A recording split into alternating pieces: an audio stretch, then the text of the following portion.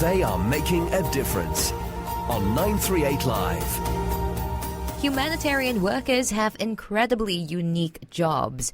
Many are based overseas, not living an expat lifestyle like you would expect from being based in a foreign country, but working the ground and struggling to get aid and help to where it needs to go. Still others handle the stress from behind the telephone, waiting for approvals and stretching their persuasion skills. While some are drawn into the profession because they want to affect change, others stumble into it to find they can because they've grown a wealth of experience and therefore stay. It's a sector that the world cannot live without, and we're going to take a closer look at it. We're talking to 5 people on They Are Making a Difference all this week who are holding down different roles from World Vision to understand what draws them away from home and keeps them in the tough, unforgiving environment of humanitarian work. First up, we talk to Singaporean Rebecca Tan, who is based in World Vision China, who is working on child-friendly spaces for the recent Dao Tong earthquake, amongst other initiatives. Basically, I'm with the Children and Ministry Department with World Vision China. So what we do is that we actually support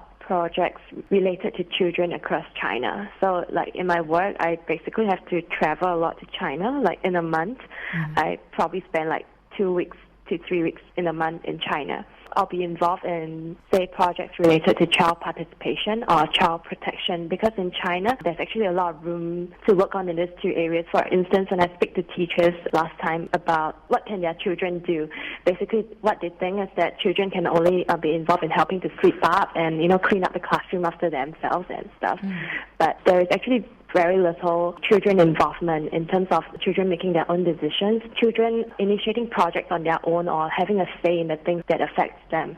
And say for child protection, sometimes I will have to travel to disaster sites as well to support children in emergencies work in China. For instance, the recent earthquake in Yunnan, we actually went down there to look at child protection issues in that area. We set up child-friendly spaces near the disaster sites. So these are safe environments, safe spaces where children can come in to play, because when an earthquake happens, their normal routine is being affected and children have no place to go. So when I was there, before the child-friendly space was set up, we see children playing near the river or near the pond. So it's actually quite dangerous, or they'll play near places where there are debris and, there are sharp objects and stuff, because they do not have a place to go to when they're and there is basically nothing to do after an earthquake happens. School is being disrupted, and family members, say parents, they have to go and rebuild the community. So children are probably left on their own with their grandparents. How did you decide on this career, and how did you end up in China? I actually did social work when I was still studying in Singapore. So at that time, I was deciding between development work or work with the government. The reason why I decided to take up this role was because of a humanitarian trip that I was involved in Laos. So what happened there was we were in the village with a lot of children over there. So these children, they are really, really poor, but they are very happy every day. Like there is so much joy in that area. So I felt a calling to actually work with children in rural areas. So after that trip, I actually came back I was in Hong Kong at that time, so I came back to Hong Kong and I started looking for work related to this area, and I was being led to what I'm doing now. Of course, you get to see the environment in China. You understand their problems a lot more intimately. Does that become stressful for you, though? When people ask me about my work, I always tell them that it's actually very challenging, because China is so huge, and every time we go into China to support their projects there, we actually go into different parts of China, and it's not the parts of China that they are familiar with. It's actually the very rural parts of China where, sometimes just the traveling itself would take like 16 hours or even more. And, that you have to change from buses to trains to buses and cars and stuff. Every time we go to a new place, the people there are very different. Their needs are very different. How they react to you is also very different, especially because I'm a foreigner as well. So it's also really sensitive to be working in China. For instance, we can't bring in religion, and if we are an outsider, sometimes we have to be very careful because they do not know how the locals will actually react to that. Yeah, and in terms of their needs in China, it actually varies a lot from small villages to the cities that we actually go to. And the people there, like their concept of child well-being and child protection is also very different. Like in some places, when we go in and talk about child abuse, it's actually really sensitive because in a way you're saying to them that, they may take it as you're trying to tell them that they are not taking good care of their child.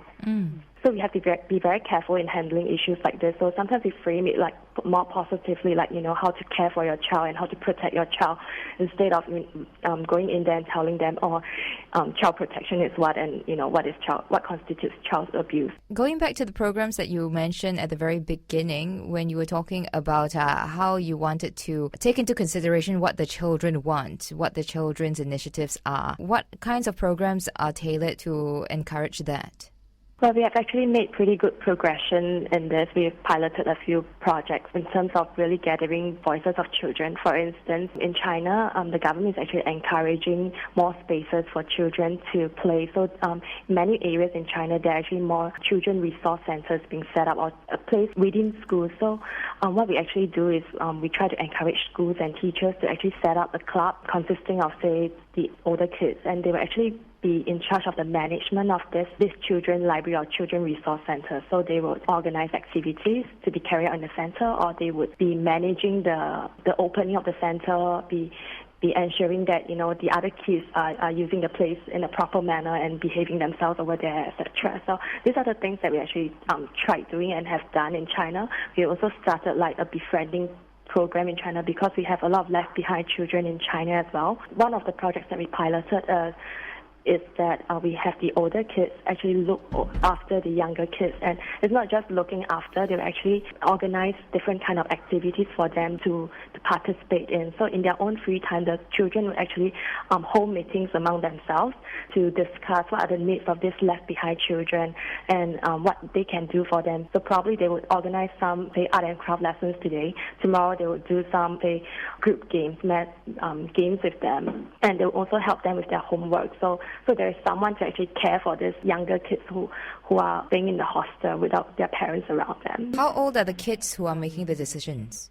We have different programs, so it depends on the school itself as well, because usually they are primary 3 to primary 5. We also have like programs that involve youth, so we have them in secondary schools.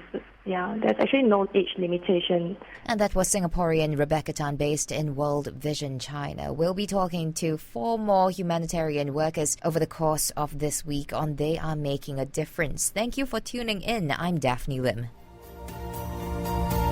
They Are Making a Difference on 938 Live.